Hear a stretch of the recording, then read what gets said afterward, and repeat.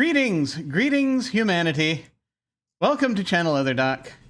I'm Jim, I use he, him pronouns, and I too have no hands. After last time. And this is our campaign of KULT Divinity Lost, a horror game by Robin Liljenberg and Peter Nallo, in which the veil that covers reality is slowly being pulled aside to reveal the true terrors underneath, just like that. See, it's all a trick. It's all a trick because I don't have time. I can't wear those things the whole stream, or because I got to type things. But that said, we're going to go around and say hi to everybody, find out who they are and who they're playing before we kick things over to our storyteller. It's been a little while. And yeah, unfortunately, Marlo can no longer be with us as real life has come around to go 10 rounds with her. So she'll be very much missed, but is doing very important real life stuff. And so we wish her the best and miss her terribly. But let us go around and say hi to everybody. See who they are and who they're playing, starting with Katy. Hello. Hi, I'm Katy. I am playing Valerie Coleman, and we both use she, they pronouns. I have closed my character sheet. I can't remember what I'm playing. The Deceiver, I think. I just know I'm a big old bitch. So that's all you need to know. But also very good in the crisis, apparently. That is true. Yeah. But let us then head over to Kortney. Hello. Yeah, hey, hi, hello, and howdy. I'm sorry. I love the way Katy says things. So beautiful. I am playing as Laurel the doll, former cruise ship singer turned somewhat internet fanboy who is now a god. Yes. It was Question mark. It was a sudden transformation, but it was a delightful one. I think it was well deserved. So, used to have a taser, works as a security detail for Val, good friends with Chris, doing his best. May or may not have fathered a clay monster. It's entirely possible. I'm sure there will be DNA tests later. We're all just doing our best. Yes, that's right. That's right. And I am playing Christopher Sands, the artist, who no longer has hands. Instead, he has robotic hands of some kind, or gear-like hands. It's hard to say. It's a shock. It happened suddenly when he named his sculpture, so stuff's going on. But before we kick things over to our storyteller, as a reminder, we are using safety tools. You occasionally will see references to those. But also, there are a few content warnings. This game may contain graphic violence and sexual themes that are non-graphic, and references to death, drug use, eldritch horror, gaslighting, illusory realities, mental illness, nightmares, physical and mental abuse, religion, self-harm, and suicide. And if you want to see that list, you can go into chat and type !KULT CW, that's KULT CW, and that will bring up the content warning. That'll also be on rotation, so you'll see that every now and then in the chat. Let's see. And that is everything from me. And so without further ado, I will hand things over to our storyteller, Hollow. Hello. Hello, I'm Hollow. I use he, him pronouns, and I am the arbiter of this wonderful shit show. Many things have happened. Does anyone want to recap a little bit? Talk a little bit about what's happened to maybe themselves and others? I have some notes that I took previously. Okay. All right. So last time, Chris' friend was involved with a burning. He's got something tied to an architect. I don't remember his name, but he was hearing some voices.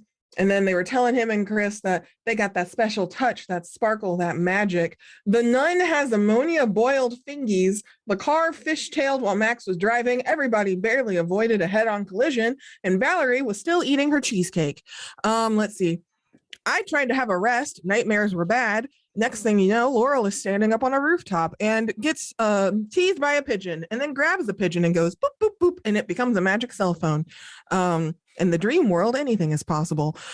He turns into a minotaur to talk to one of the other minotaurs who was riding on a horse that was chasing this car that was their friends. Turns out it wasn't really a horse. It was a cop on a bike. He's part of the Cloven Hoof clan, and I impersonated a god. Let's see. Chris is tied to an ancient architect. We met at a safe house. Things were awkward. People were flirtatious, but still sad and upset with each other. Laura was too busy calling himself the Great Horn, and the Daedalus called him out for being a liar. Chris then named something the Quandary, one of the statues, the true name of the labyrinth device space. His hand turned into metal and all the skin fell off. So that was cool. Max's neck started burning. Liam's chest was burning. People's backs were bending backwards. Ethel crawled out of a man's chest and then said, "Hello, dears." And then a body turned into a corpse portal. Everybody goes, "What the fuck?" This was an opportunity for Val to backstab and betray everyone and slam the statue onto Ethel and said, "Fuck her all the way up." Well, she didn't say that. I said that in my mind and in my heart. Popped off. Chris panics. Those were my notes. Truth. Yeah, the best, according to now, the notes that I have are mostly spreadsheet type stuff, so I don't have an account of things, but my understanding is that there are two Minotaur clans going at it, the Great Horn clan and the Cloven Hoof clan. And the nuns have been identified with the Crow sisters. We're not sure exactly what they are. But their conflict has escalated to the point now that there is a red mist of some kind spreading through the city. When Val stabbed Liam, also known as Acetylene, and basically pushed the nun back through the portal, the Ethel the nun, then that opened another little rift into the labyrinth, into which Liam's body was whisked away, and we stood there trying to figure out what to do, and we had several different ideas about what to do. Chris asked Quandary, his newly named model that he made, trying to remember what the labyrinth looked like, because that was a good idea. He asked Quandary what to do to try to avoid people dying. And Quandary said to go to this building, which I think houses a newspaper that has a bunch of masks on its facade, and or just in the stone. And there would be a ritual there that they could do to try to take control of the labyrinth, I think. Chris was very much not wanting to do it, but trying to figure out, okay, do we go this way? Do we go through the labyrinth? There's a big hole here. Maybe we should close this hole. We have some blood available if we want to close the hole. And then I think an ice blue looking person showed up, and I think that's when we ended. Oh yeah, I also told the Minotaurs to go to war. Yes, that is true. Was it like the world outside, like there were like explosions and shit happening Something is outside? happening. The Minotaurs may or may not be doing terrorist attacks as seen by people. And we got the gist that we needed to go to like the building with the faces on it. Yeah. Yes. Really, I remember. Yes, you were you were all through Quandary, you were all told that there would be a ritual to gain control of the ways, which is there's an Axis Mundi there that is a hub for all the ways, all the pathways in and outside the city, and that these clans have been warring over and trying to control it, and also looking for and trying to control the Daedalin, the architect, the one who can navigate the pathways best, who we now assume is probably Chris Sands. Sadly. Yes, give it to the one person who doesn't want to wield the power. That's when it's best. That is when it is best. But the Quandary said that you must control it yourself, or you will be controlled. Yeah. That actually was enough to piss Chris off a bit, because he was like, you know what? Because he knows it's right. Yes, when someone made the call to war, who may or may not be a god, the Minotaur said, you know what? Yeah. Let's do that. So they are committing great acts of violence, and in the sleeping world, the normal world, those are probably look like just terrorist attacks.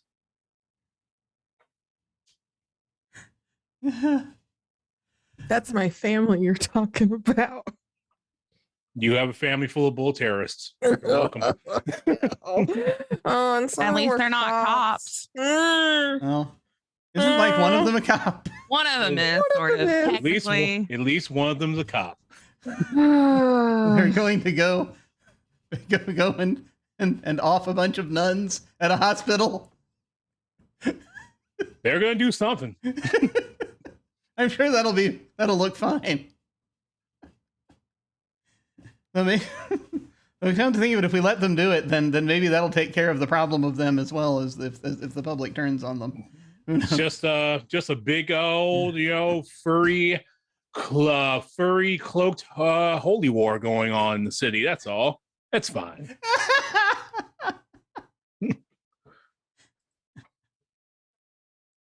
It's perfectly fine. But when confronted with all of this information and all of these changes and the sloughed off skin of your hands revealing metal and clockwork, the temperature in the room changed, and the ice blue individual stepped into the room.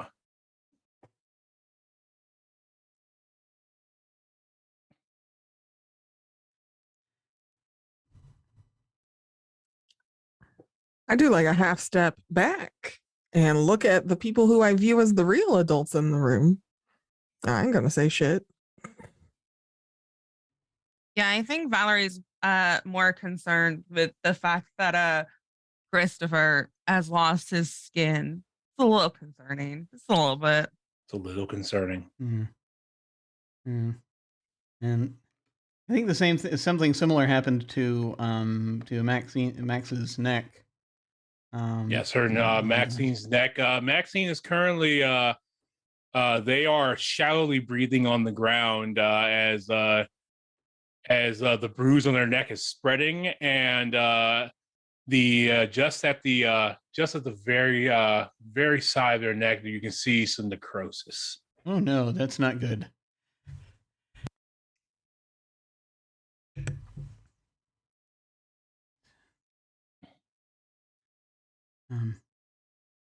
Need that to stop. And just Chris is kind of almost in a world of his own as well right now because of this thing that's just happened to him, and he's just sort of figures this is Valerie's place, so he's just sort of looking between Valerie and the ice blue person to see if she wants to say anything. I think Valerie looks between Laurel and Christopher and then back at this stranger. It's like, I'm not sure who you are, but we have other more important things to deal with right now. If you could just wait. Valerie just does not care. And I think she's like trying to find some way to help out Chris and Max with them like losing their skin. Sure. This ice blue person will take a seat on the air very primly and cross their legs. They are their skin is ice blue, and their suit is a darker shade of blue. It seems to have azure pinstripes, and there is a bit of bespoke threading throughout the lapels. That is a brass-like color. They are wearing blue wingtip shoes along with blue socks, and they very primly wait as you've asked them to while you take care of business, whatever that is. At this point of Laurel's freezing, he glances and like really looks at Max like on the floor and goes, "Oh shit," and then runs over to stabilize her, even though he has no idea what he's doing.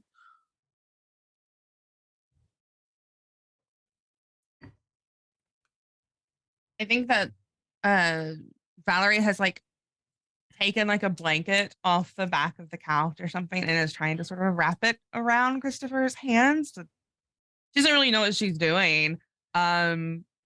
But she's sort of just like in hyperfixation mode right now. When you place the blanket around his hands, the blanket starts to become rigid in the places where it touches his hands. Yeah, immediately Valerie like pulls her own hands away from Christopher so she doesn't touch him because she isn't sure if that will also happen to her. And she's just like, what the fuck is happening? I don't know. Actually, does it still hurt, or is it hurting right now, or is it? It does not hurt. It feels like a freshly like the small amount of ecstasy from a freshly picked scab, but it's your whole hands. Oh God. Wow. Okay. I'm just sort of like. You can feel. Yeah. You feel it's you get readings on the in your mind. Your mind kind of like almost like it's almost like a weird sensory heads up display as you like, you know, your hands are feeling each other and you're getting all of this information about the sound your hands are making and God. what kind of material is like around your wrists, you know, like the thread count and like, you know, is it polyester, is it this, is it that? So Chris is just basically is looking at his hands, kind of sort of looking at them, and he's like blowing on them and looking at them. He can just feel different sensations. He's like, that is so weird. All right. But he's used to having strange visions, so this is thankfully not this is more familiar territory for him slightly, even though it's now happening directly. And he's like, okay, what's happening to the towel? Where you touch the towel, where there was just thread, there is now metal. It's kind of like looking at a very fine mesh. Oh. Probably would serve the same purpose as a blanket. It'd probably be a little like a weighted blanket, maybe if you turn the whole thing into it. Oh. Yeah, you want to be careful. Yeah, we better be careful. I'm feeling okay. I'm getting. This is so strange. It's like I'm getting. You know how you feel things and you don't have to think about it when you feel something, but you get a lot of information? I guess. Okay, so I'm now just getting the information. It's weird. It's hard to explain. It's like touching things has become an intellectual exercise. This is fascinating. Yeah, when Valerie gets close, you can smell the the notes of their very expensive perfume. Wow. Okay. Yeah, okay. I mean, I promise I'm not tripping or anything. I don't do that, but this is kind of, I expect, must be what sort of it's looking like. Wow. Okay. Valerie whips around and looks at the stranger. I'm sorry. Who are you? We share a mutual master. I think that's enough. As a Your name? keeper. All right. What are you doing here? I'm just waiting for you. For me? Yes. In what way? Well, they look at you and then you can hear their eyes grinding in their skull. They have a very statue-like quality to them. And you can hear when they move their eyes, like just this like faint, like grinding sound as they move their pupils ever so slowly between you and then back to Chris, back to you, back to Chris.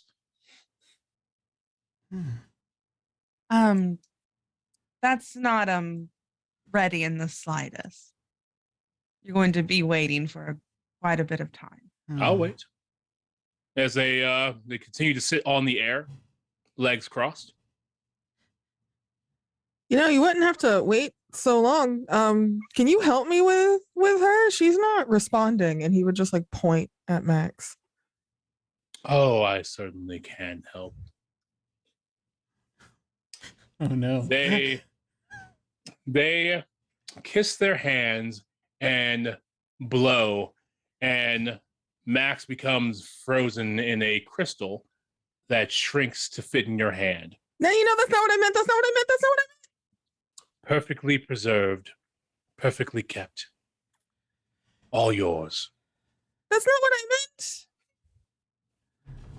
And then he scoops up little crystal Max and goes, "That's not what I meant." And there's like his voice getting more high pitched. And he's like, "I'm so sorry." And then he just tucks her in the pocket of his suit jacket that he's wearing and says, "I'm sorry. That's not what I meant."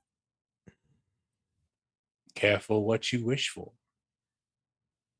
I don't think it was really a wish as much as he was asking you for help. It was a desire. It was to help you not have to sit around and wait so much, you fucking punk. Well, we've all been helped then. I don't think I've been helped. I think that's a little disingenuous. And then Laura will get up and strut over to the mysterious blue man. You people are so inexact, but that's all. And then he's gonna swing on him.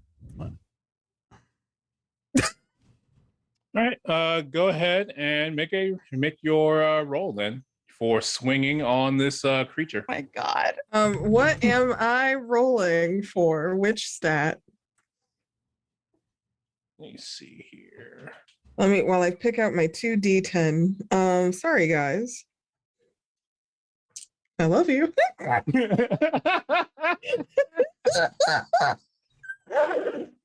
It's gonna be great. It's gonna be fun. Fun night. Everything's fine. It's all fine. It's fine, guys. I'm sure it's fine. Let's see here. Well, Would it be a violence? yes, it would be violence. Oh geez. Okay. 9.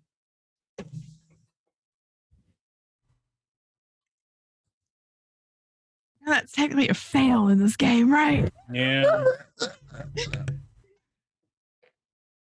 As you drag your hands across the skin of their face, you come back with a long serrated wound, and there are blue maggots festering No. Oh. in it. Laurel just screams a whole lot at that. What does that mean for me on my wounds sheet? That's not critical, is it? No, you have a serious stress right now, so it's -2 disadvantage to rolls. Oh boy. Okay. Love you guys. All right, that's my contribution to this moment. I'd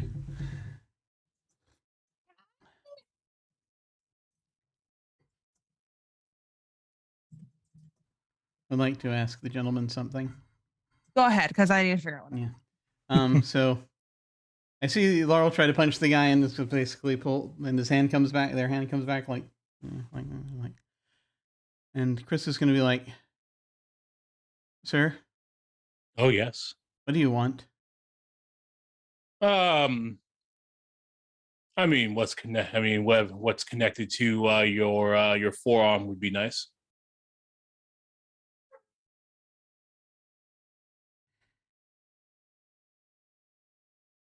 You sitting around waiting for it to ripen, were you?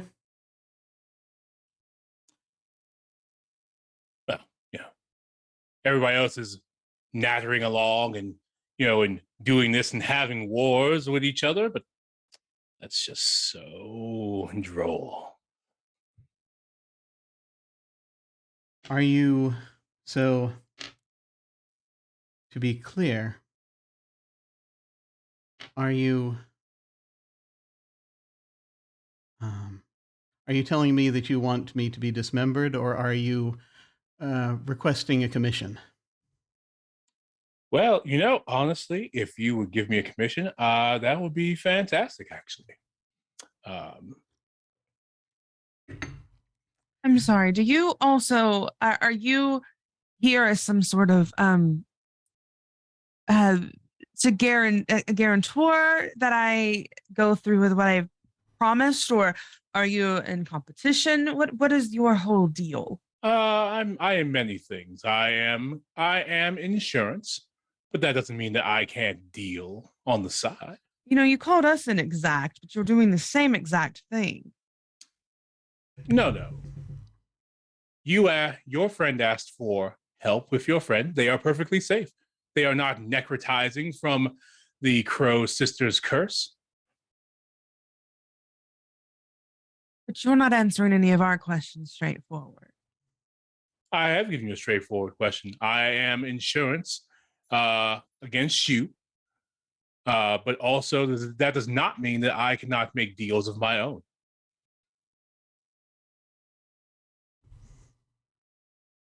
I would like to maybe try to influence them to leave.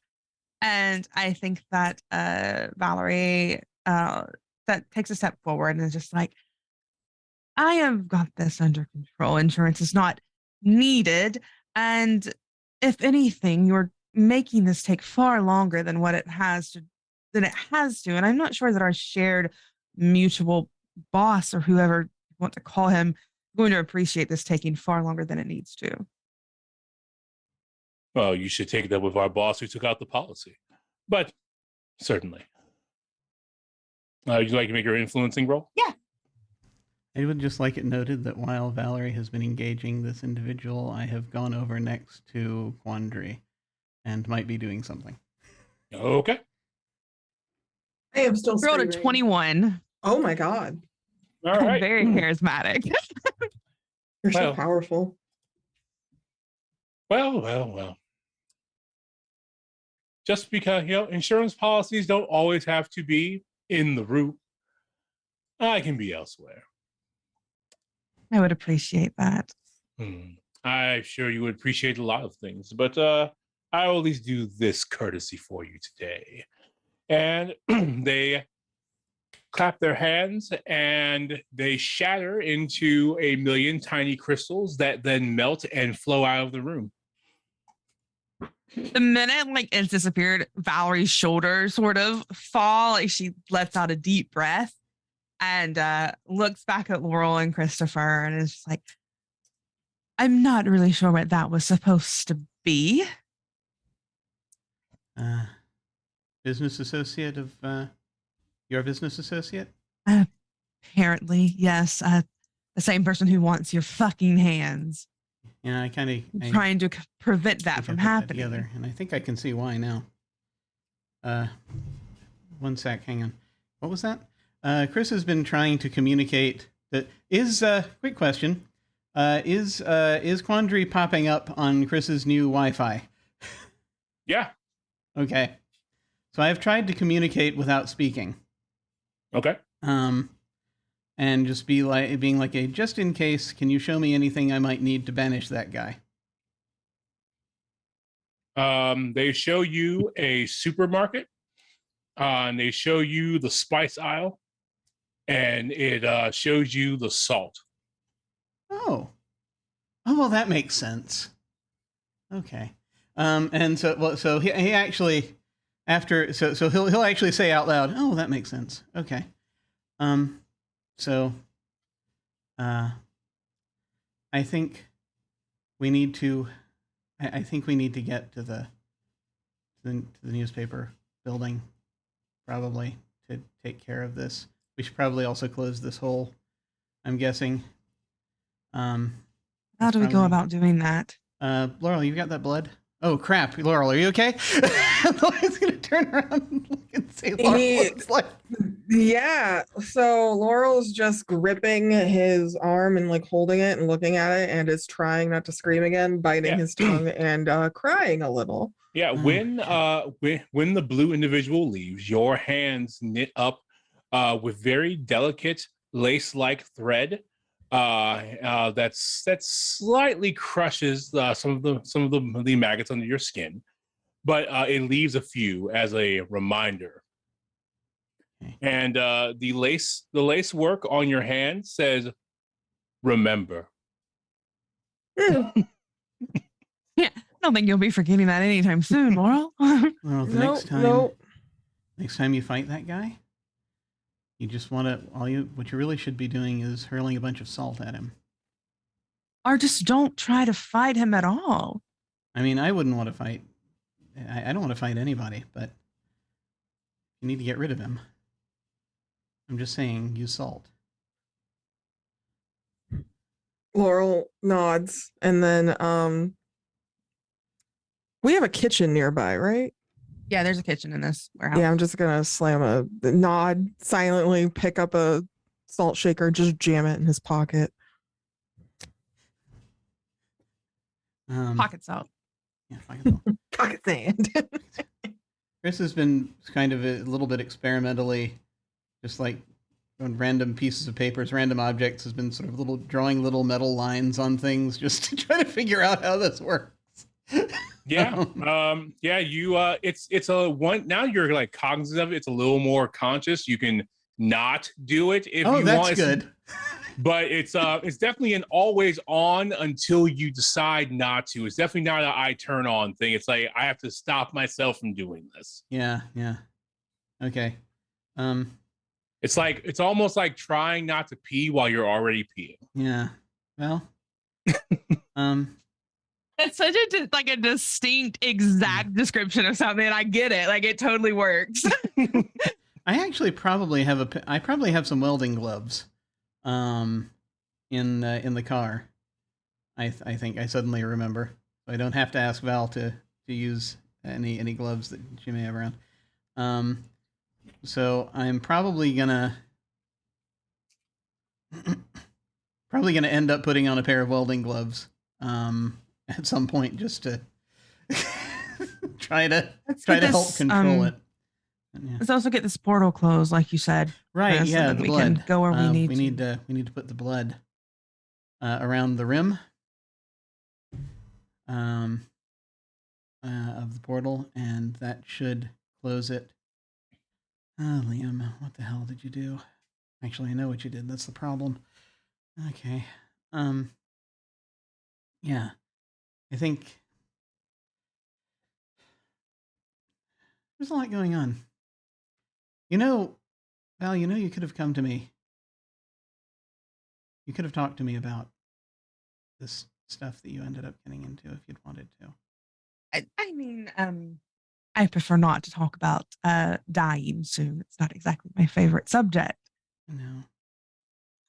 I mean, I would much rather enjoy the amount of time that I have left doing whatever the hell it is I want to do and enjoying my life, rather than ruminating on the fact that I'm going to die because some asshole took advantage of me. The one person I've ever allowed to do that. I'm sorry. I am too. For what it's worth, since I am not going to let this demon, devil, whatever it is, have your hands. It's just honestly archaic. I don't understand. For what it's worth, I really did enjoy all the time with you, Christopher. Me too. Now, yeah. We should go. Yeah, let's go. If Laurel is Laurel feeling better? He's gonna pause while still staring at his hand, and then look up and go, "What are we gonna do about Max?" And like pat his pocket. Well, I'm hoping we'll be able to undo whatever that is. I think we might be able to now. Possibly. I mean, there is one Maybe thing not that he was right about. Right now. Max is safe in that crystal. Actually, I'm gonna look at the crystal and see if I can feel anything. Let me fish Max out of my pocket first, and Oh, then God. Sure.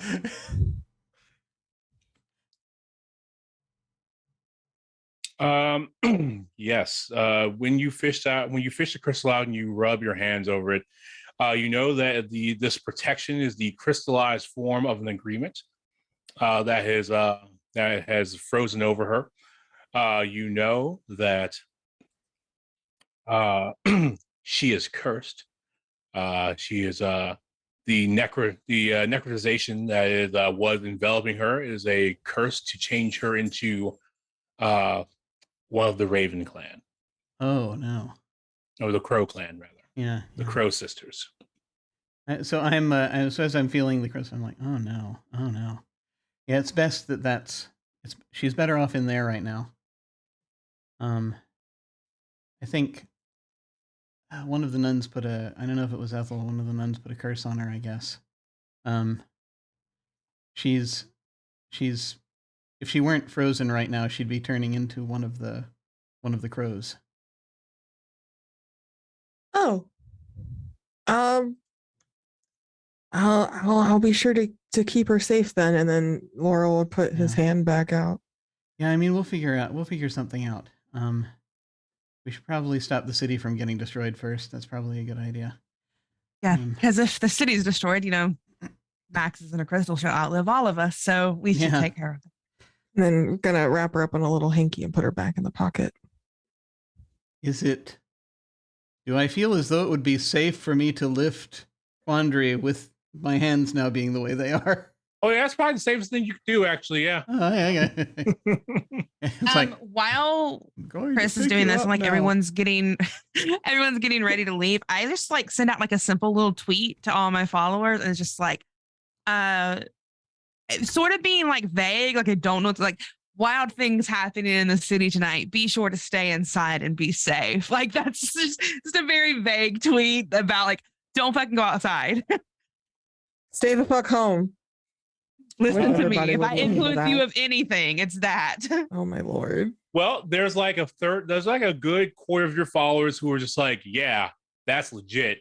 And then there's another quarter of your followers who are on the opposite end, she's keeping us from something, and it's like a ploy because she's going to appear somewhere.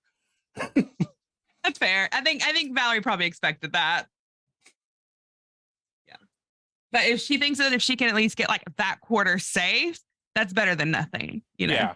Yeah. You definitely just have a group of your followers who are just they are, conspiracy. Yeah, she's going to be somewhere. They're going to be somewhere, and they're just trying to keep us off the trail. We're slick. We're hip. And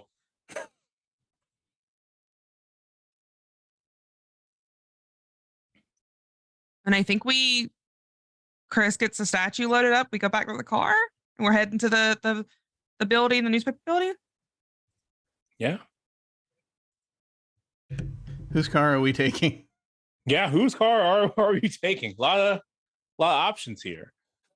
The biggest one?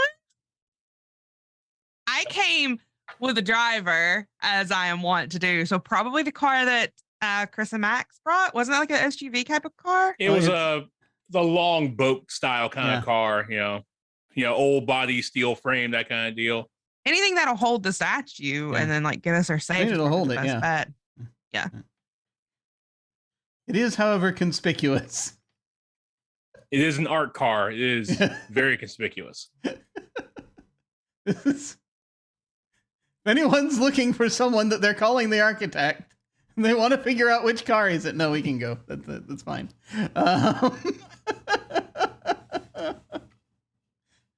Everything is good and normal. Yes. Everything is fine. Everything's fine. Everything's normal. Everything's good. Everything is not going to hell. There are not bull people terrorizing the city.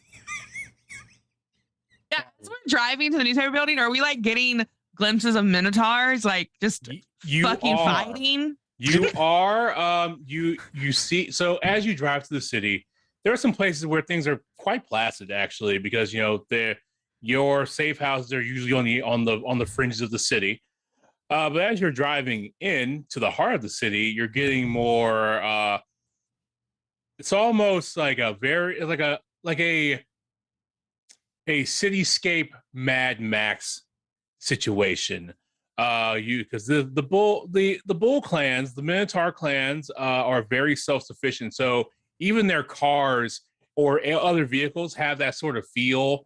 You know, let's just throw steel plates in the car and call it an armored car, and let's put let's take some old plows and just weld them on so we can drive around and smash things out of the way. One of them, you see a Minotaur is in a homemade tank. Oh, what have I done?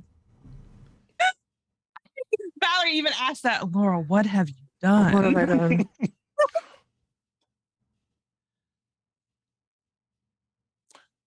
So yeah, it is. There are some places where it's absolute chaos because they are striking at any institution that they think could be connected with the Crow sisters. Do we see any Crow sisters as we're driving through, or aren't engaged with the Minotaurs? Nope. It's if these places are actually connected to them, it's hard to say. But they have seemed very callous in the past. They could just be letting people take the licks on their behalf. I'm just gonna sink into my seat, like when you're a kid and your parents are being embarrassing and they drive by your friends in the car and we're in a very embarrassing car. So I'm just slithering down in my seat while still looking out the window. Yeah, I feel like Valerie's driving because she probably wouldn't want Chris to drive with the hand issues. So she's like, she doesn't drive much, and she very much is an old lady driver. It's a stick too. Oh no, yeah, that's not helping. And she drives the speed limit, if not under it, and especially now, like with everything going on, she's being so careful. It is an agonizing 35-minute drive from your safe house to the heart of the city. You have been running around the city at breakneck speeds for the past few hours, without a lot of rest. And right now, it's just driving Miss Daisy. Mm-hmm. It is NPR playing in the background. My name is Auerbach Limvady, and this is NPR. Oh my god! Oh my god! Amazing. Does Val also sit at the edge of her seat? Oh yes, that seat. Before she got in, she scooted it up as close to the wheel as she could. She moved the wheel down, and she moved the rear view mirror so it's right in her field of view, and she's right up on the steering wheel. There's a reason she doesn't drive. Oh my god.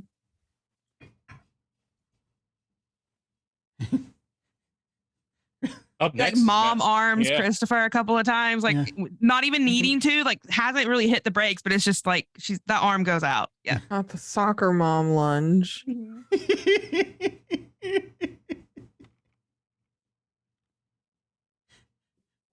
And now today on Consider This.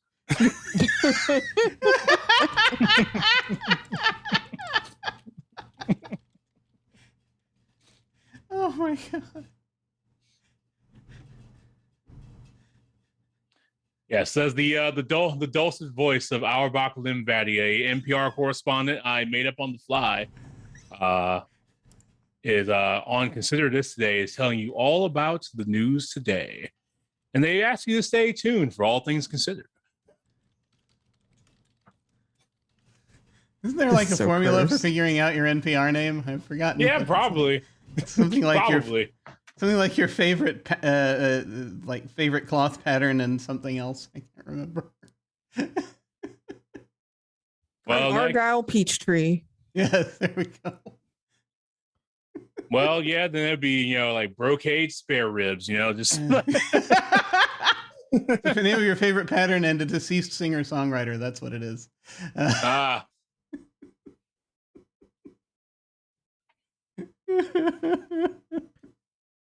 This is Brocade Hendrickson. Welcome to the news.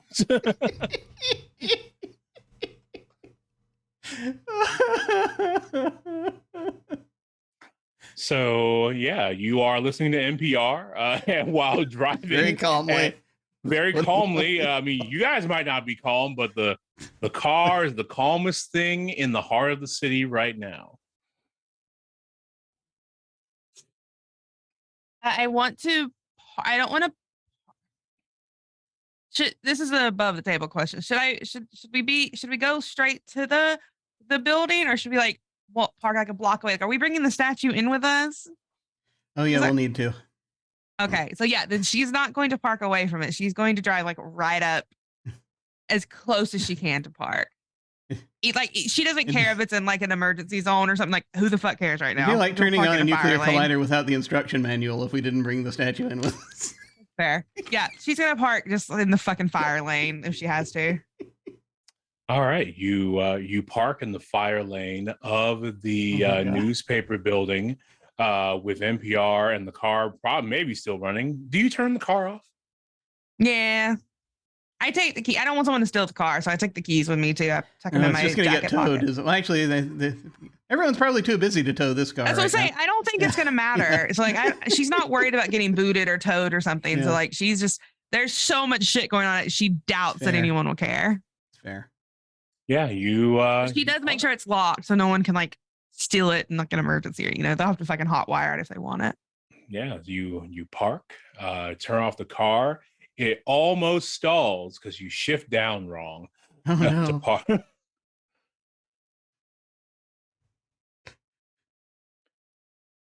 Because it seems like since you are not, a consistent driver. Yeah.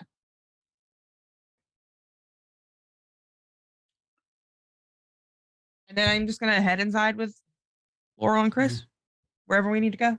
Help however she can. Yeah. Can you go out, open the trunk, carefully get Quandary out. You're like, is there a particular, okay, we're here. Is there a particular room we need to go to? Or will I just know? You need a control room.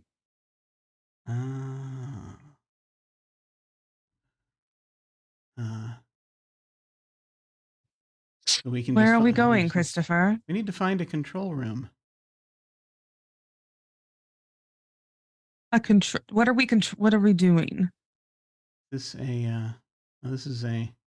this entire building a newspaper office, or is it a bunch of things? Okay. It's an entire newspaper office. So you have, like there are probably, they'll probably like on the bottom floor, it's just a reception area. Yeah.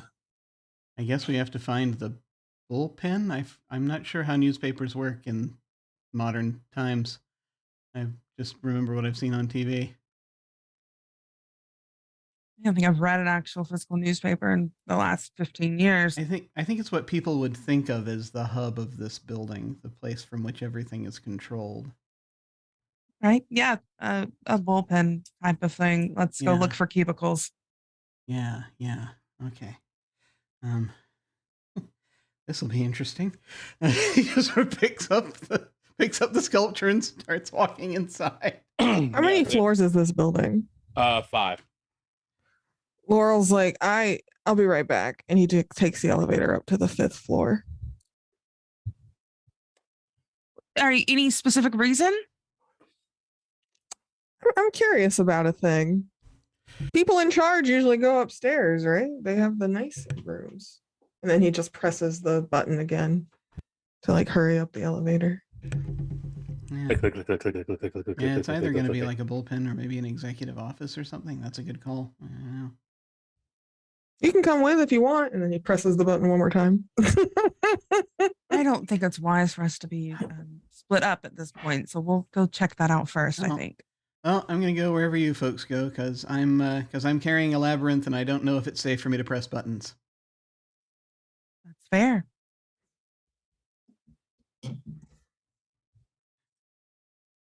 All right, so you find your way upstairs and, on the 5th floor.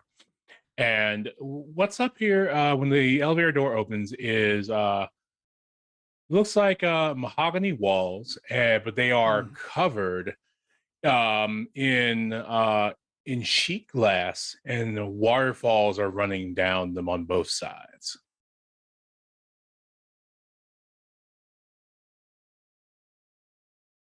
Do you know what you're looking for, Laurel? I'm taking a guess. This feels right. Something about this feels important. All right, let's find the central area of this floor then. Maybe we'll stumble upon a control room.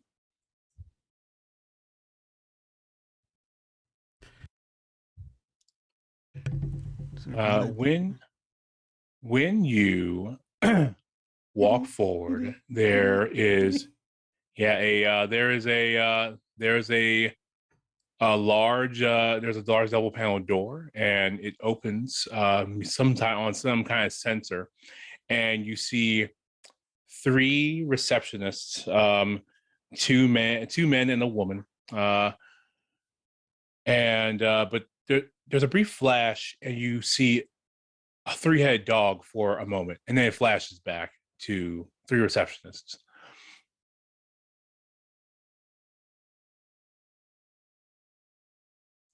I think Valerie leans over to Laurel and is like, "Do we need to find anyone specific, like a boss or an executive or something? Because I could do a little talking if need be." I feel like if we need to find whoever's in charge, these 3 seem to know what's up. Valerie steps forward to the receptionist. Doesn't really like focus on one specific, just sort of looks at all 3 of them and she's like, "Hello, hope you're having a lovely day given the current events outside. I was wondering if we could speak to whoever is in charge here." They all stop in unison and look up at you. I am Valerie Coleman. I'm pretty well known in certain circles, social standings. Me and my associates here were looking to lying at her ass, looking to get into the printed news sector, especially given everything that's going on. Miss Coleman, we've been waiting for you. We'd like to get an exclusive scoop. Oh my God. I bet you would. Do I have an appointment that I'm not aware of? Absolutely. There's always an appointment for you, Miss Coleman. Laurel darts up to interrupt. Exclusive scoops have a cost.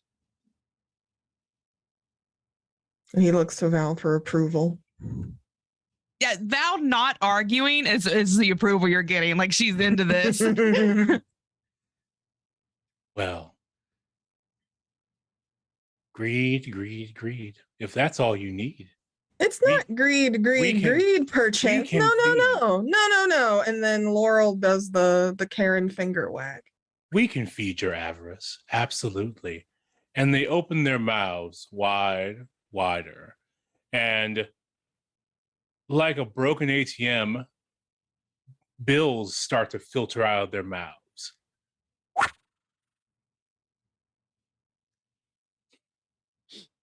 This was rather presumptuous of you. As the cash starts to fill the floor around you and starts to creep up, the ankle deep cash. Can I observe a situation?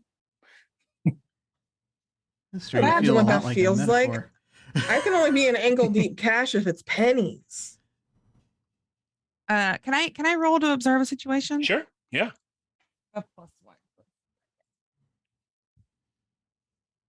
I got a 10, so I only get one question. I would.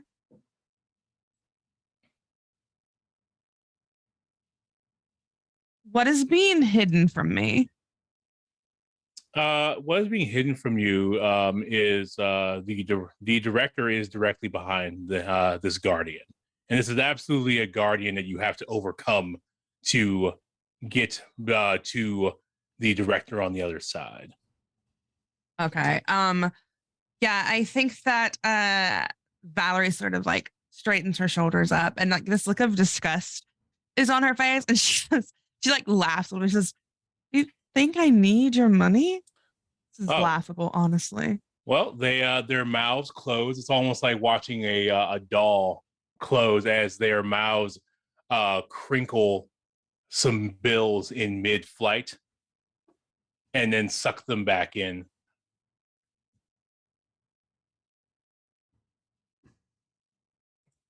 Nope. I don't need anyone's money or payment for a scoop. You're paying me for the honor to be in my presence. Do tell, do tell. I'm not going to speak to someone as low on the totem pole as you. Why would I do that? You're not worthy of me.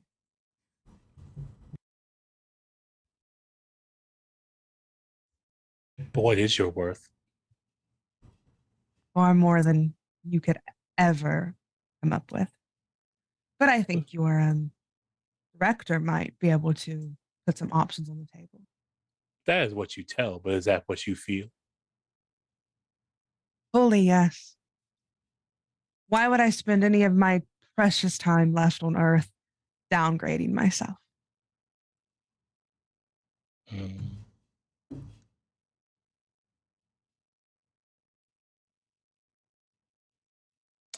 You lack time because you are petty, vicious, and you feel unworthy of yourself. No, I know my worth. One of them says, worth known too late is still worth gained, wouldn't you say?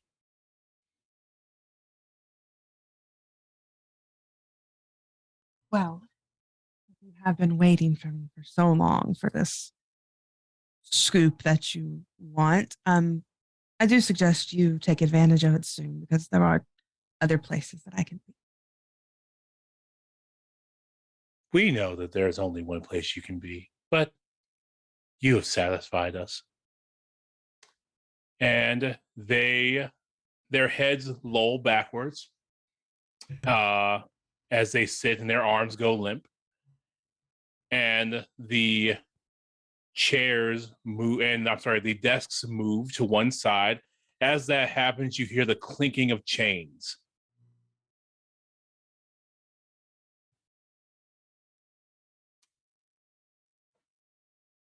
Is it like coming from the direction behind them, like where I knew the director would be? It's sort of like that. You get that flash again of like a dog, like the chains on the dog are moving.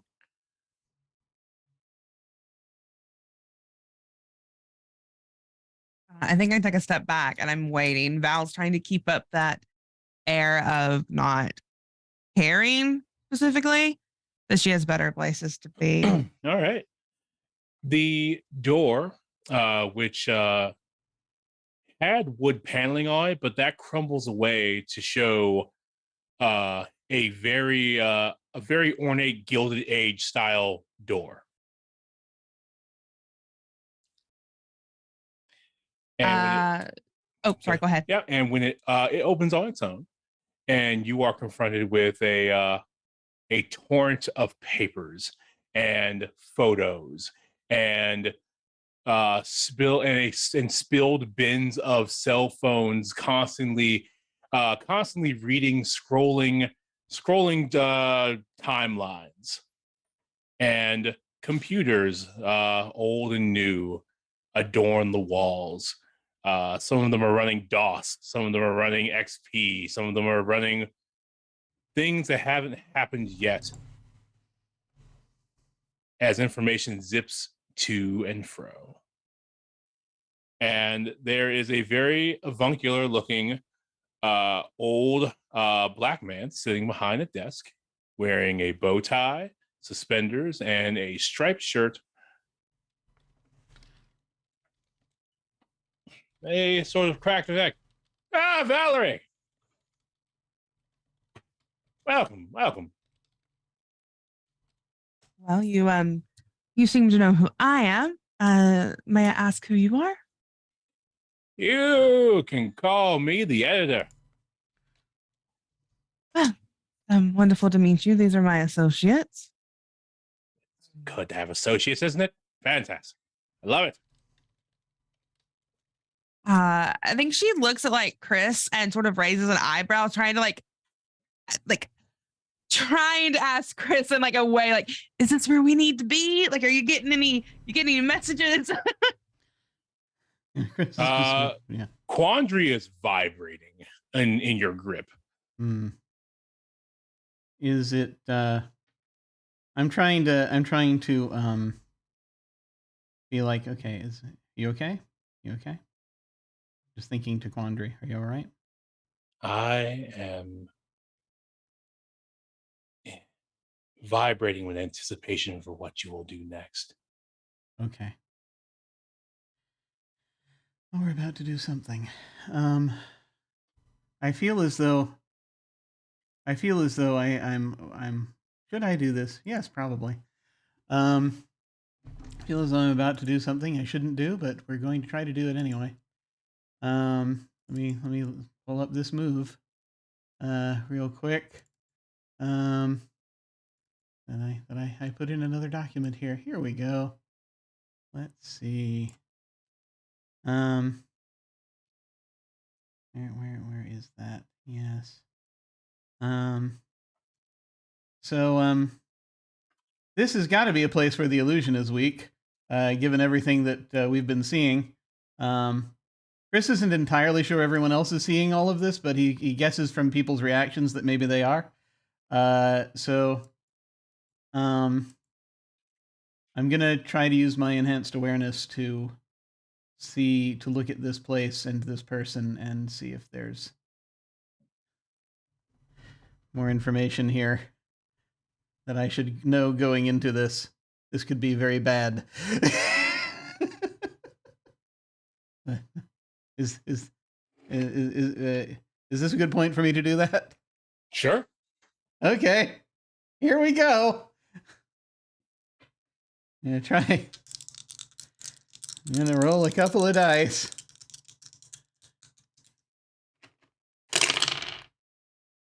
Oh, well, yep. Was it not good? Was it not good?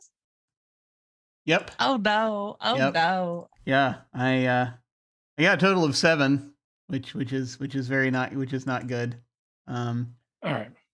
Which is the the illusion shatters. So you are in tears. a room. You're in a room. The illusion tears, and you see that this that the editor's nameplate says Maxwell, and you are in a room that acts as a door between 2 chambers. And when the illusion tears, you actually, I don't know if anyone's familiar with Maxwell's demon. It's a thought experiment that would technically violate the second law of thermodynamics. So, as the illusion tears, there's a room there, and there is ceaseless information being applied between these 2 chambers and this door that you're in the middle of. And what happens is that this information acts on each other. These 2 separate wells of information acts on each other, decreasing their entropy without any work, causing them to slow down, causing them to break, causing them to cool.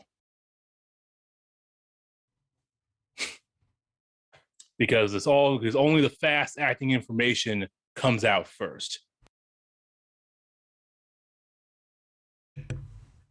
Ooh. The fastest information, which is right in this era, is social media. And when social media, when it comes together, conversation breaks down almost immediately without a lot of work. So this fast acting information comes together, and you almost watch as a Babel style event happens, as information breaks down in the city, as communication breaks down. Because these conflicting ideas are slowing down the ability for people to communicate with one another.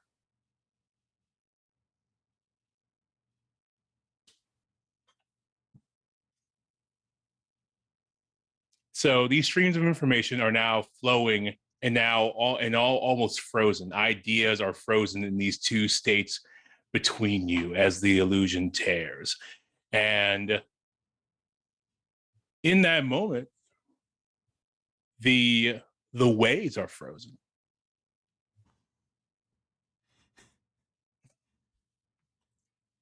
Oh no.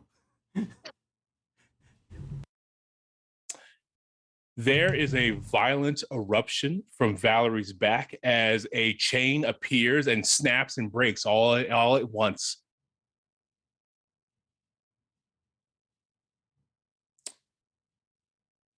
Shit. There are yelling, screaming, dying Minotaur in the streets as they begin to slaughter each other because they can't tell friend from foe. Okay.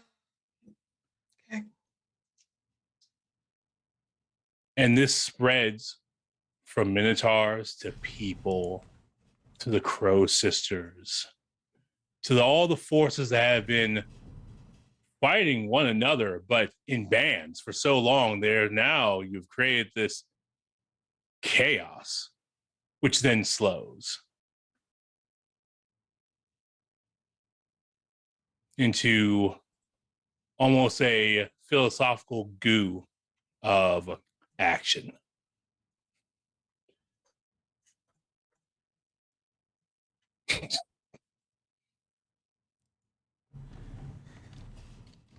This is just something that Christopher is experiencing, right? Like I didn't feel like a chain or anything, or You've had a kind of like a involuntary gasp moment.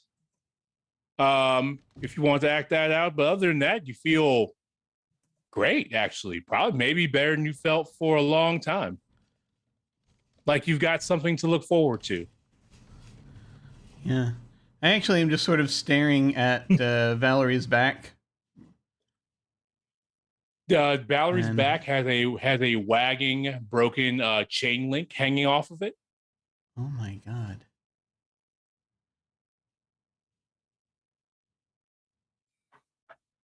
Okay. I have some good news and some bad news. Maybe now is not the time. He's just sort of looking over where does the editor remain unchanged, or is the editor look different? Oh, the editor is gone. You've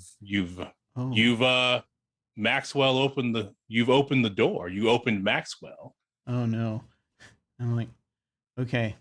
So wow. Okay. So good news and bad news. Are any of you seeing this? is Max gone for the rest of us as well? Well, Maxwell, the demon. Maxwell, yeah. Yeah, Maxwell the demon is gone. They are just not there, and all the newspapers say gobbledygook. You essentially are the only people who can communicate with each other right now. Yeah, Valerie looks around and like her eyes land on Chris, and she's just like, "I'm sorry, what just happened? What did you Okay. do?" This is kind of hard to explain. I think I'm not sure if I got this right. As I just looked. Okay, I just looked, and it happened because I was trying to, because you were asking what if I was picking anything up, so I tried to look, and so as if I saw what I think I saw, things are real bad for people out there right now. Everything's broken down. The ways are frozen. Because social media broke reality. I think looking here kind of set up a focal point and just kind of kicked that up to the point that things broke down and people are in chaos right now because they can't communicate. But I think your chain broke. Can't hear you. Not sure how that would happen.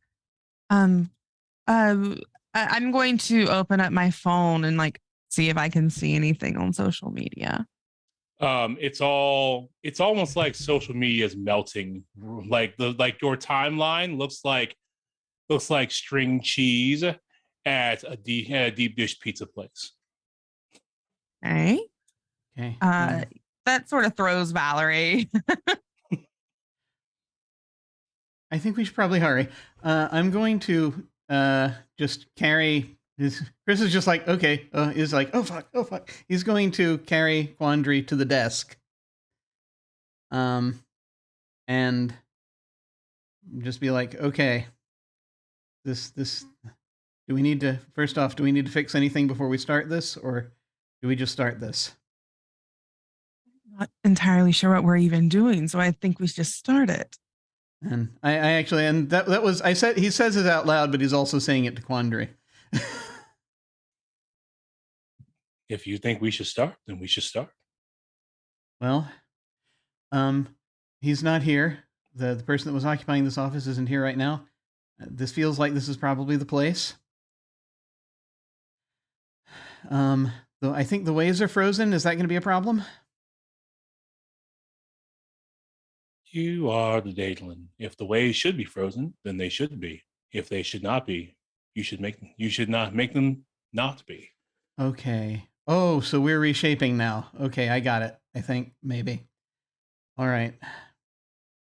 I am just kind of looking. Is it pretty much just we have the desk, we have the sculpture? Is there anything else in here of significance to this process that as I'm looking around, or there's a desk, there's the frozen information streams, because you can see that very clearly now. You guys can see that clearly now too, because he ripped the veil. You can see this frozen information waterfalls, and you can see now out into the hall that the waterfalls that were falling over the mahogany walls, over that pane glass, that was all information, all a stream of information falling down. Okay. So, all right.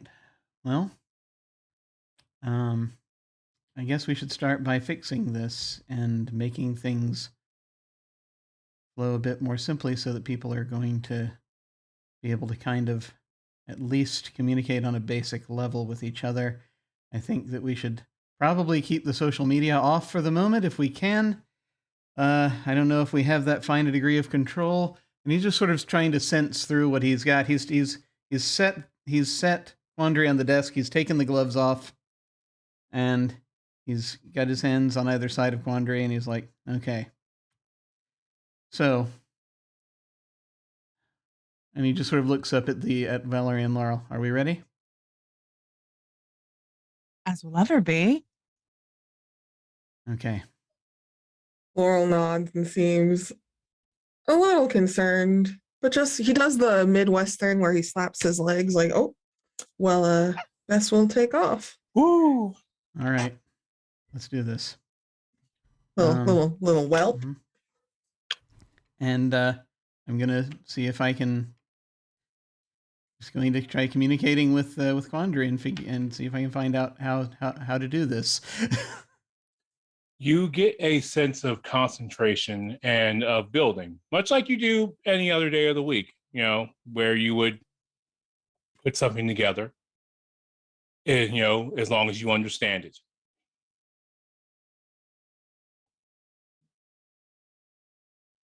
Okay.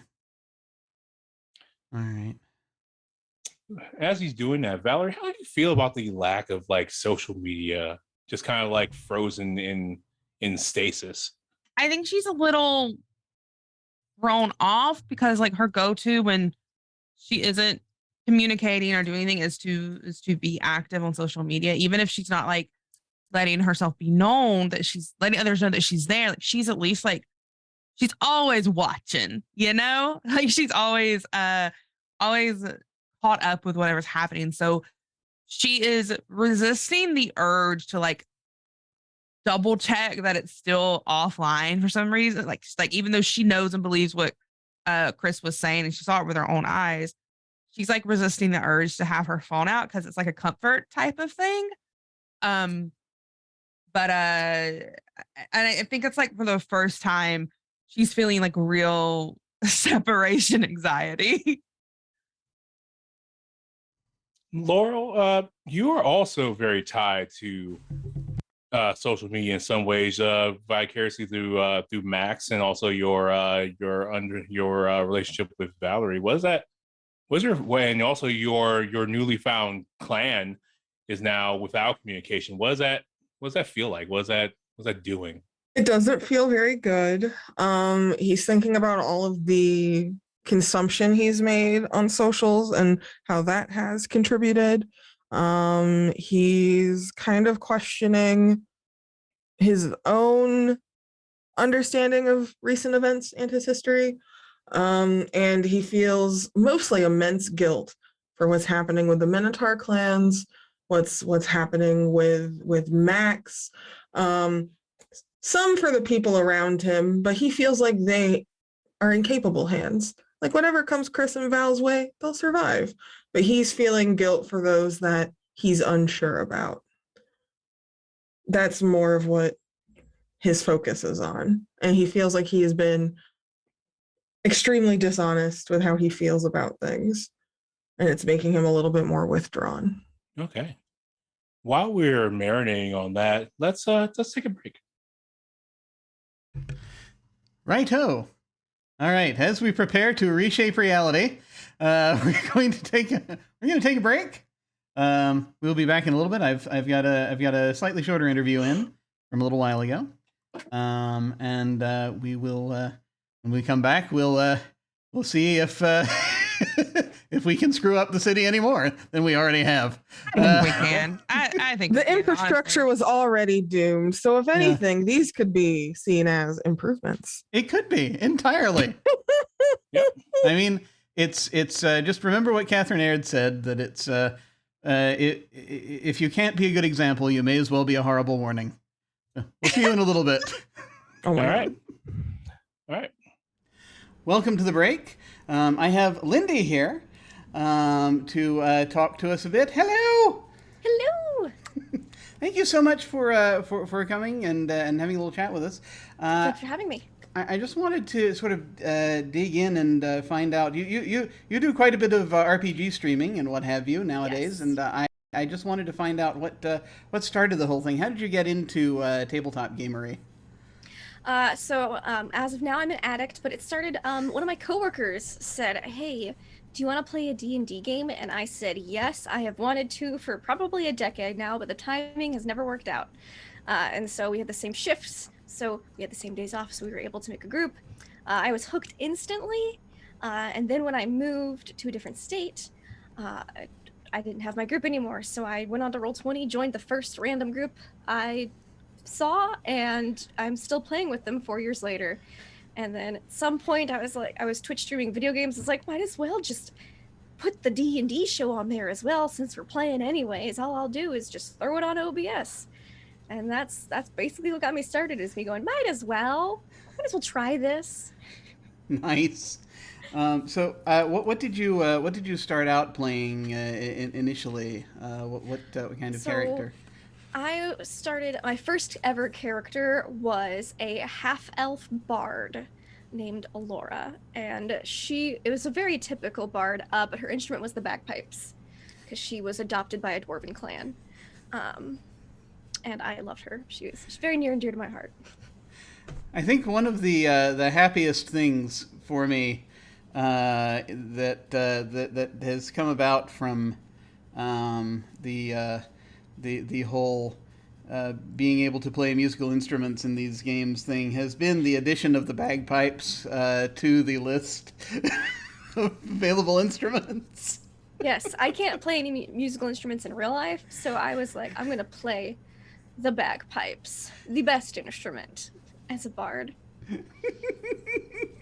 Also, my DM wouldn't let me have a hurdy-gurdy, so he's like, no, you're not doing a hurdy-gurdy. So I was like, bagpipes? And he's like, fine. Just the sheer idea. I'm trying to think how that even just as a bard, I guess is is when you're playing bagpipes, is there Not very stealthy. certain? It's like because I'm. To a certain extent, I seem to recall that when they were used, sort of initially, it was kind of to put fear into the enemy, so I'm just trying to figure out how that lots goes of bagpipes, and she used limericks to dish out her bardic inspiration. So there was much fear had by all. That's just too good. That's just way too good. But you. I will briefly diverge to mention that I've had like a couple of characters now who ended up with bagpipes, and it was I think there is one that was that I never played. I played as in sort of an off-stream game where he wasn't even a bard. He just happened to, I took a background where he had the ability to play a musical instrument. He was a monk, and so I just based him off that. Have you seen that heavy metal bagpiper? On Yes. YouTube. Yeah, I based him off that guy, pretty much. Nice. And he just basically went around being as annoying as possible to people and then beating them up. That was essentially It works. it's- It's very you know. effective. But so you got into streaming. It sounds like it was more sort of a natural progression from the fact that you'd already been doing video game streaming and you'd already been doing stuff over Roll20. So what were the first sort of streams you remember doing that were RPG-ish? We were halfway through the very first campaign I was ever GMing. We were halfway through Curse of Strahd, and I said, no one's gonna watch anyways. We don't have to start a new campaign. We'll just pick up halfway in, and if people have questions, I'll do my best to answer them. But people watched it. I was like, this is weird. Why are people watching this? We've got our gunslinger out here seducing every hag in Barovia, and why are people here? But we had a blast. My goal was just to have fun with my friends, and if people hung out and watched and had fun too, that was just a bonus. So that was kind of just how the first campaign happened. And then after that, I was like, okay, maybe I should make an overlay for this. And the second campaign was Out of the Abyss. Nice. Now I'm actually not as familiar with what's in Out of the Abyss. Curse of Strahd I actually played a little bit of once. But is that what's Out of the Abyss about? If you want to talk about it a little bit. Underdark. You're basically kidnapped and dragged down to the Underdark, and the Abyss kind of ruptures and opens up a bit and starts pouring out into the Underdark, and you're like, oh no, demons! And you have to figure out a way to get the characters invested enough to go back into the Underdark after they escape to slay the demons. In my opinion, not the best module, but I had it. I'd gotten it for Christmas, and so damn it, I was gonna run it. And we had fun, but we definitely enjoyed Curse of Strahd more, I think. So what approach do you usually take when you start adapting modules for use in your campaigns? Do you just do them point for point, or do you do more of the Cuisinart method? What do you do? So I read through the whole book first. That's at least what I like to do. And then I go, okay, what is my group just not going to buy into? Because I've been playing with the same group for 4 years now, so I'm pretty familiar with what they're going to hate and what they're going to love. So I'll go through and I'll take out anything I know they're just not going to be interested or not going to like, and I'll tweak things a little bit and be like, oh, well, I think they'd think an aboleth in this lake would be really cool. And just I keep the main overarching stuff, and I keep a lot of the same things, but I really only read through it once and then skim just before session. So it's very improv heavy, even though we are following the main plot and quest line of the book. There's going to be a lot of stuff in NPCs that may not be in the book or have changed severely from the book. We just have fun. So that's what's important. Awesome, excellent. I think we're gonna talk more about the various different shows that you've participated in a little bit in a separate one of these interviews. But in the meantime, if folks want to find your stuff online, where should they go?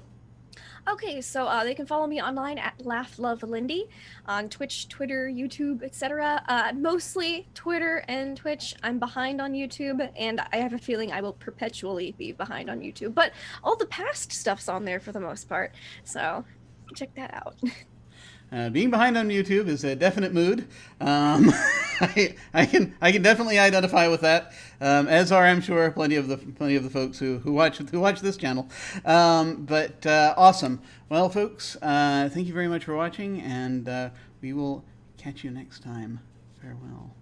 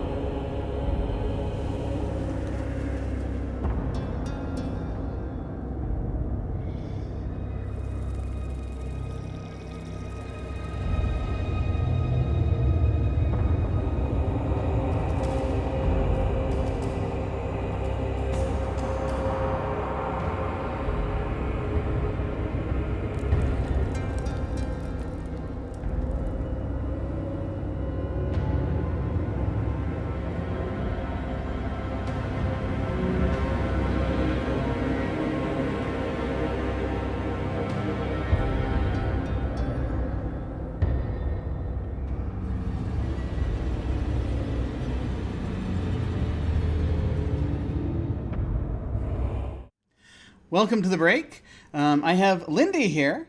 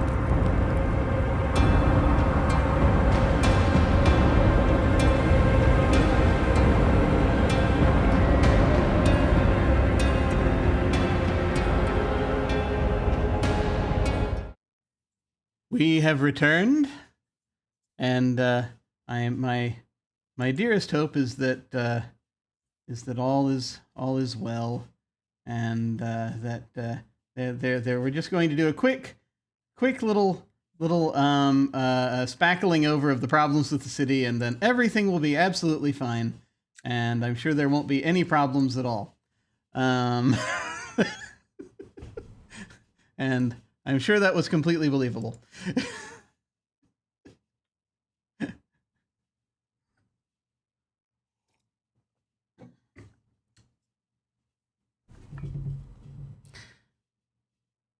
So I guess we're starting to do this process. And Quandary just basically said it's like following that feeling when you're building something, I guess. So do I feel like I could start like doing something like when I go into my... Yeah. Okay.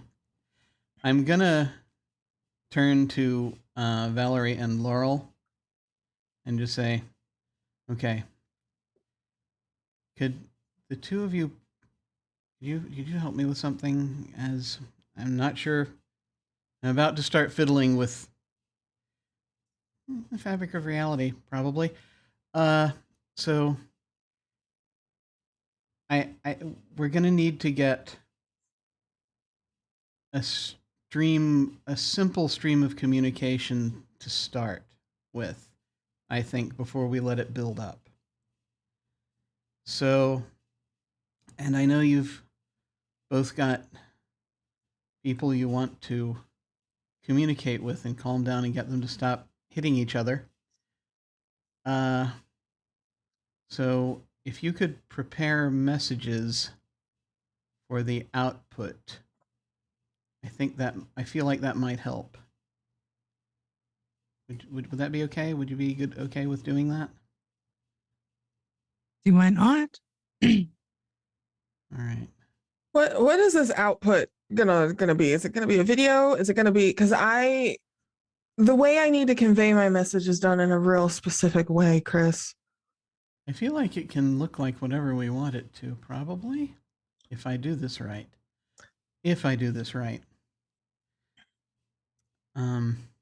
Okay. What is it? What do you need? So the Minotaur clans and groups.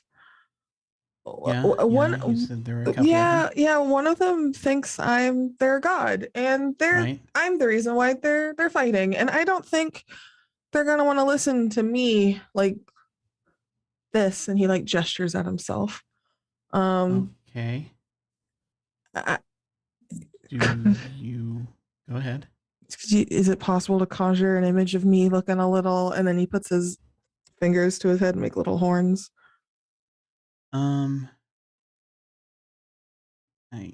think maybe I might be able to pull that off. Maybe, if I'm doing this right. So you want a Minotaur filter. Basically, the most godly one you can do. I'll tell them the truth later, but I don't think it'll be good to tell them the truth right now when everything is so tense, you know? Okay. All right. Yeah, I'll see if I can work that in. Valerie, what do you need? Sorry. Sorry. I don't need anything. I'm fine communicating with people who follow me on my own. I just need a Okay. way to get it out there, since apparently nothing is working. Yeah. We got to be really careful, because if we use social media for this, I feel like it might collapse again, or might freeze again if we bring it back in too early. But you want audio or video? Well, I mean, you want video and audio? Or do you want... I feel like my followers prefer to see me, but I can do work with either. Okay. Well, there are monitors around. So we'll try, I'm going to try if I can do this as, we're going to try to do it as like a stream, maybe. Yeah? All right. All right. I have no idea if what I'm talking about is even possible here, but here we go. And Chris is going to just sort of raise his hands, his metallic hands, and he's going to kind of start Iron Manning this, where basically he's going to sort of imagine, and sort of in the manner of like the one might affect a hologram while building a model of something. He's going to raise his hands over the labyrinth, his model of the labyrinth, and he's going to very carefully start trying to manipulate things and try to enforce a pattern for the direction of the ways.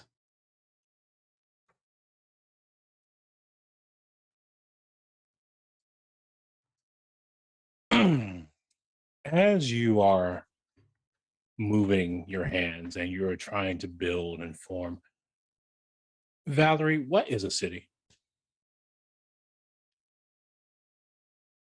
I think a city to Valerie is a place where anyone can come and escape whatever it is they're running from and blend in and create a new life.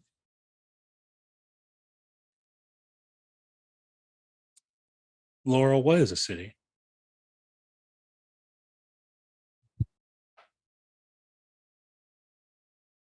Laurel doesn't have a whole lot of answers right now. What is a family? God, he wants to say something profound, but everything is just a shrug. The people around you, do they have to accept you? Maybe. Do they have to love you? I don't know. It's whoever's closest and whoever's the kindest in the moment.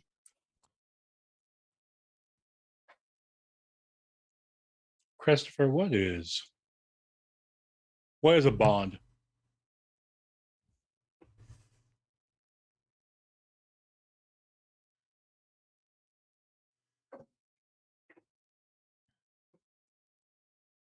Trust, understanding, and faith from the heart.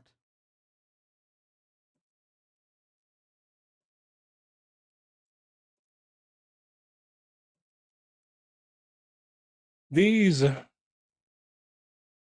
unspoken yet very true answers sort of seep from you, and they are absorbed into Quandary.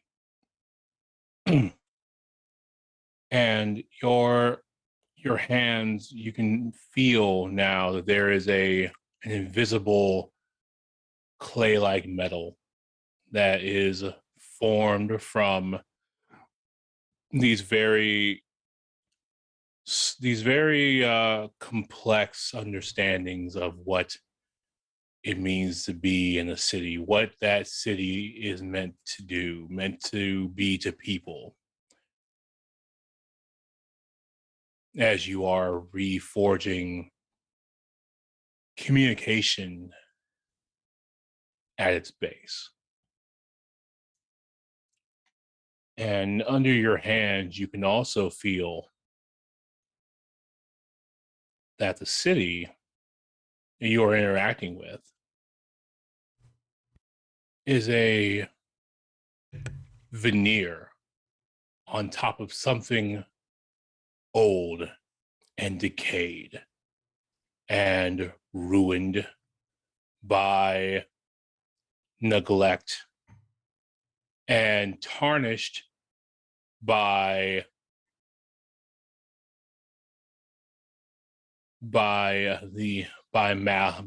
malicious intent.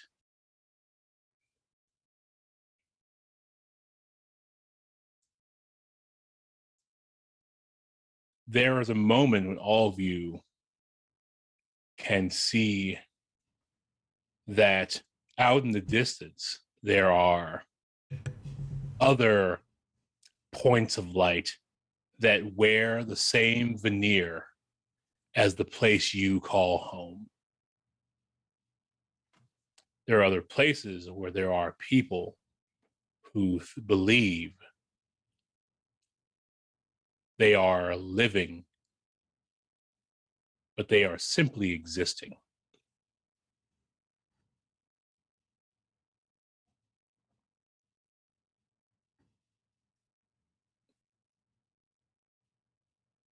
And when you touch that truth, you all feel a rumble in the pit of your guts as the waves are now flowing. It's a trickle, and you can feel the connections of people start to reform, because people do, at least on some level, want to be with people. Laurel, for those that are left of the Great Horn clan and the Cloven Hoof clan, there are so few Minotaur left that they, in this moment of newly forged communication, reach out to each other, and they forge a small hive mind with you.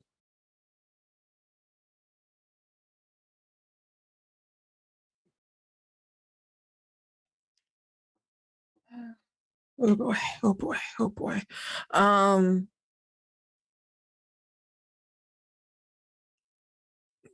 Whispers to Chris, this is gonna work, right? The filter works. Chris is going to take just a split second looking up in Laurel to see if the Minotaur filter is in place. Something happens. It's not your filter fails, and it's not because you are bad at what you do. It's because Laurel, deep down, is this person. I mean, they in their dreams, they forged themselves to be this person, and the person that you know yourself to be is the person that you are, and that is an indelible truth. So I think given that, when Chris looks up and sees that, he just sort of raises an eyebrow for a second and says, "You'll be fine." Okay. Laurel's gonna toss a coin. Okay, cool. That's what we're gonna do. Hello, children. Dear entities who have committed themselves to me. I have misled you. I have led you astray. This war that you are competing in, completely unnecessary. It is simply a distraction for a greater means. And now I am unsure if those means are as great as I thought they were going to be. I thought I was helping, but it turns out I have been a great hindrance. The entity I've presented to you is not truly that of your great horn, but a persona that I decided to adopt, where I would like to apologize for being disingenuous. I understand if you are enraged. I understand if there remains hostility. I understand if you would like to continue to fight with one another, but I would prefer if you didn't. I am merely a man who got in over his head, and I've made a mistake. He waves his hand, hoping that like dissipates the filter thing. This is who I am. This is who I've always been. The Great Horn was nice to be for a little bit, but that is just truly not me. And his eyes like fall down, and he is looking at a fixed point on the floor. The Minotaur that you can feel in this hive network, they look at you and say, Great Horn, you for a brief moment gave us meaning when we had not heard from you in so long. And if you truly are this man, we care not. We care not. You are our Great Horn today. And if you wish to be Great Horn tomorrow, you can be.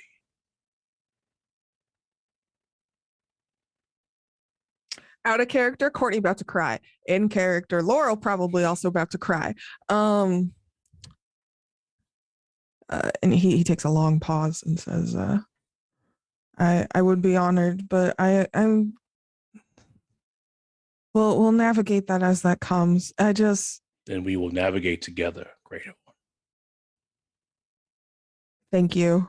And then he just kind of steps back and goes, well, I think that went okay, but his eyes wet, so wet, like cartoon anime. Oh no. Valerie, in this moment where people are communicating, again, you, in the distance of your mind, you see that person so small, but they were a focus for so long that they loomed large in your consciousness. They have nothing to say. They are not aware of you because they never really cared enough to be. Not truly. But there they are.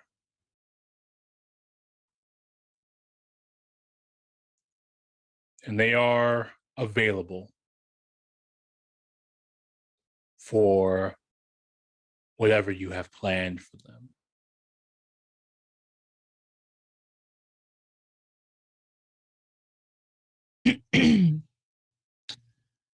I think in this moment, Valerie seeing the person you're meaning the person who put Valerie in the state she's in now, correct? There's a person who put you on this path, not the demon, but the person. The person who sold me out. Yeah. Yes. Just wanted to make sure we're on the same page. Yeah. Oh yeah. Yep. Yeah. So seeing this person that she has hated for so long,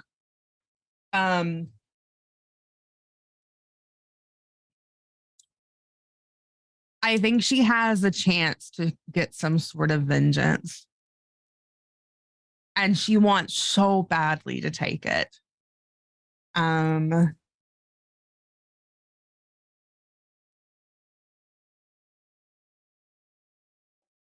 I think that like there's this moment where she tells herself there's so much bad shit happening outside.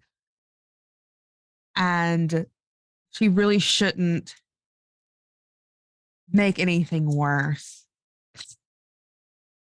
And she goes to distance herself. But then she stops and she says to herself mostly, she says, I've never been the bigger person. And I think she takes the stiletto that she keeps tucked into her jeans at all time, back her belt, and stabs this man point blank in the chest, in the heart. From across space, you have touched this person deeply, piercingly, as they let their heart blood on the pavement from a wound that they cannot begin to comprehend, but they know it's you. I want them to know it was me. They know it's you. They can, as you pierce their aorta and they leak onto the ground, the last drop of blood finds its way onto the shining edge of your stiletto. and you know that you have them, that you left their corpus on the ground, but their spirit is something to play with for all the time you have. I don't know if Val even knows like how or what she's doing, but she wants this man to suffer the way she has suffered for so long.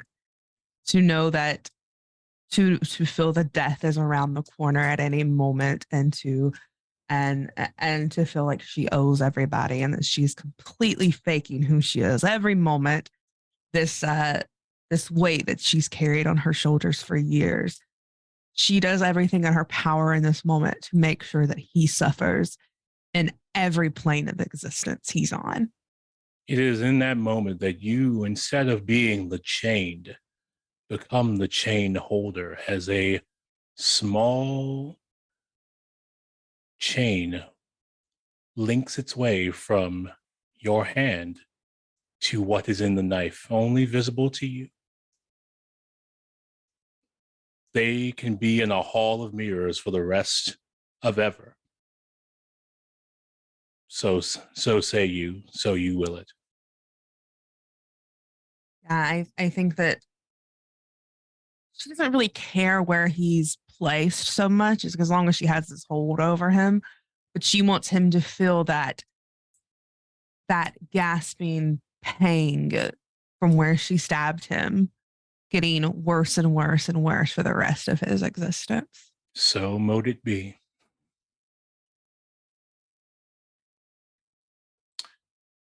Chris Sands, you are shaping, moving, building, transforming, connecting. And as you put the final tuck on this project,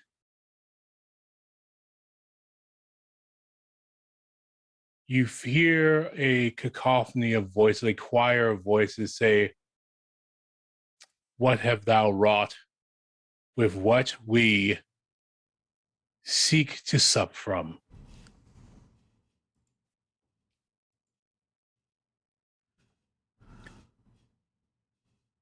As you hear the voices of archons yell at you for spoiling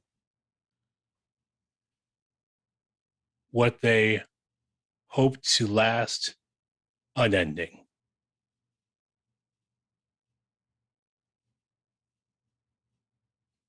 And there may be a moment, I don't know, where you feel fear or terror.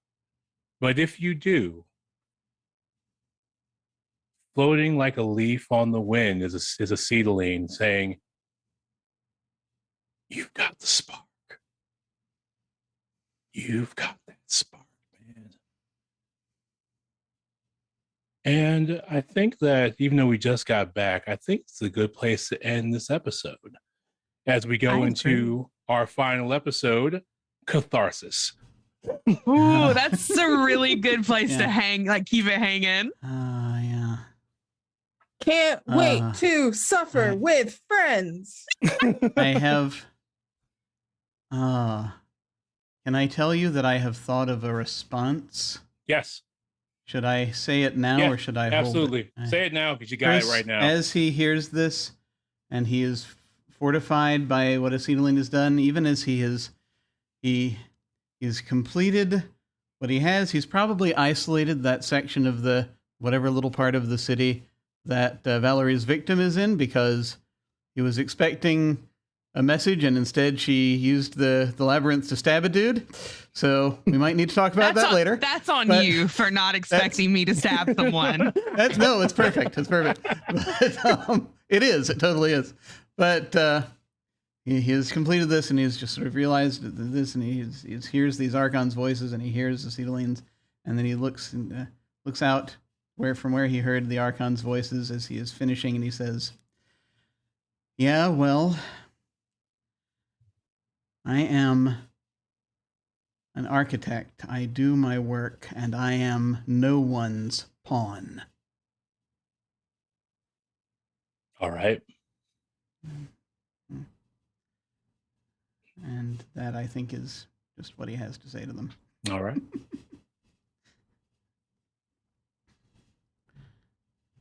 And yeah, no, Yeah. Hope everybody enjoys tonight's episode. oh Yeah. my God. Ah. Oh my God. Thank you so much. Also, thank you for indulging me with the final line there. But no, that's so good. It was so good. I can't describe. This is the thing is that life throws things at us, and sometimes it's like a month between sessions, but it's so worth it coming back. This is always so good. And I love this so much, and I'm going to be sad when it ends, which it will in a couple of weeks. So I'm very keen to see how this goes as we go into our catharsis. But we're going to go ahead then, and we shall go around and do our outros. We will tell folks where you can find us and any final thoughts that we have about this session, or anything else you like. And we will start with our storyteller, Hollow.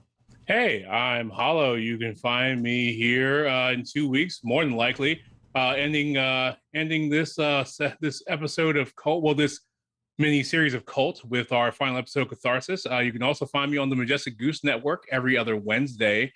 Actually, tomorrow for Criticnits, where I play a geriatric adventurer trying to go on my last hurrah. As we also talk about knitting, because we are members of a knitting guild.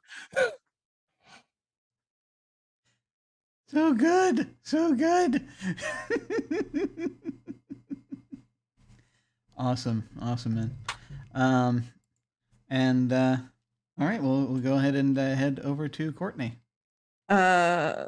Farewell, good evening, and good night. My name is Kortney. I played Laurel, a hot mess, accidental Minotaur god. You can find me everywhere online at Sparkly Kiss. I stream Wednesday and weekend evenings. Currently we're watching lots of game shows, and we're playing the Room series of mystery games, which has been a hoot. I don't know why I said hoot that way. That made me, maybe I need to be in the geriatric game. Hoot. It's a hoot. It's a hoot and a nanny. I'm a hot mess who does their best. Pronouns they, them. Can't wait to cry.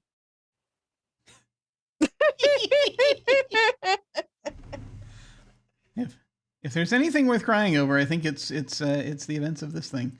I have so many children. I know. Oh my lord. So good. It's so awesome. And finally over to Katy. God. Hi everyone, I'm Katy. You can find me all over the internet at KatyFace. This Thursday in a couple days, I will be over on Friends Who Roll Dice for the finale of Camp Carnage, our Monster of the Week campaign. We've taken a couple weeks off because of just shit happening. But it'll be our last episode. I'm really excited to see what happens with that. You can also find me pro DMing on Start Playing Games. Right now I have a spot open in a Lady Blackbird campaign. We had a player who had schedules messed up, so they had to drop out, but we have one spot open if anyone would like it. It's really fun. Lady Blackbird's a great system. I deeply enjoy it. But yeah, anything that I do, I post on my Twitter. That's the best place to find me. Yay. Cool. Yes, everyone, please. Katy is an awesome GM. Please go forth and snatch that up, because it is it is an experience. So awesome. So I guess that leaves me. Who am I? Excellent question. I'm not sure. I'll ever know. But for now, I'm Jim Ryan. You can find me at OtherDoc on most of the social meteors, and on those social meteors where you cannot find me at OtherDoc, you can find me at Jim. Yes, that Jim. And as I am here on Twitch, as I am on Twitter, and on various other places. My website is jimyesthatjim.com. You can find there my Geek Observation podcast and links to my various other podcasts, audio dramas, writings, and such things that I've done throughout history. I've got links down below to my website, Twitter, YouTube channel, and various other things. Provided that the stars continue to be in the right place, tomorrow night we have our next episode of Dune, Adventures in the Imperium, House Versailles, where we are starting to make plans to secure this ocean planet that we have been given. So I think it's going to be very cool as we start to let our various plots and schemes get underway. We have on. I am playing a member of the Spacing Guild. So Right. It's going to be a joyous time as I sit there trying to manipulate everyone to my own ends. So basically the polar opposite of Chris. Let's see. On Friday, we should be getting back to Don't Rest Your Head. I have 2 groups running in Don't Rest Your Head on Mondays and Fridays. We've taken a little break because we had to take care of a few things. But this Friday, we should be coming back to the Outer Vale group. They're in the Necropolis in the Mad City, and one of them just sprouted wings. So that's going to be interesting to see how things go back there. They were talking to a very dangerous-looking gravedigger at the time, so I think it's going to be a delight. And also, we shall have a guest if things come out correctly. So very much looking forward to that as well. Let's see, what else do we have happening? Well, then on Monday, we have the other group, the Inner Circle, who's going to be coming back, and we're going to have new players in that because we're down 50% of our cast. So we have a couple. We have new players that are coming in. There shall be a guest. There shall be a new player, and things are going to start flowing. You'll start to see seeds getting planted for the next arc that'll be coming up in that game as we continue. We had one of the group turned into a nightmare last time. And we need to see how long the rest of them hold up. If they're able to hold out from either becoming nightmares themselves or collapsing from exhaustion. We'll see. But the 13th hour is coming up real soon, so that's going to be fun. And then, of course, in 2 weeks from tonight, we shall have our finale. And I am really looking forward to it. This has been an absolute delight, this game. Everything, they just sort of fallen into it. The imagery, the role playing, the tarot of it all has been glorious, and it's going to be so cool. I think to see when we bring this to its conclusion. I cannot wait.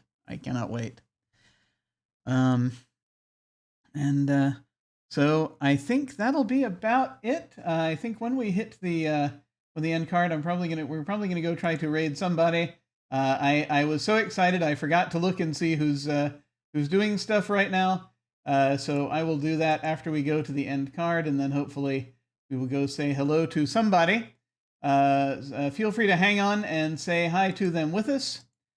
In the meantime, folks, thank you all very much for watching. Do take care, and we will see you next time. Farewell. Bye.